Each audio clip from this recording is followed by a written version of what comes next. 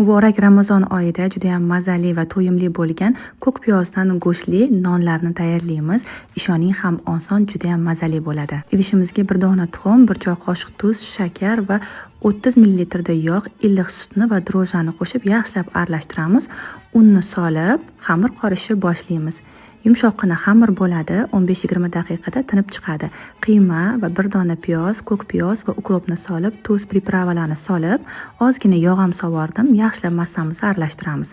Xamirimiz bir pasda tinib chiqadi, to'rt zo'laga bo'lib, shunaqa qilib mayin dumaloq qilib ochib olamiz. Chetlariga qiymamizni shunaqa aylantirib chiqamiz va o'rtasini teshib olamiz. Va xuddi videoda ko'rsatilgandek qilib tugib chiqamiz.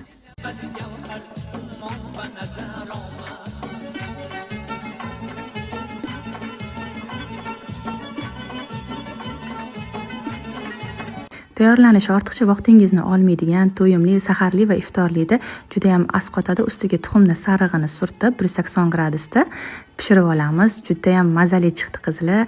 Usti qip-qizil bo'lguncha turdi. Albatta bu videoni yaqiningizga yuborib qo'ying yoki videoni Ramazon oyi uchun saqlab qo'ying.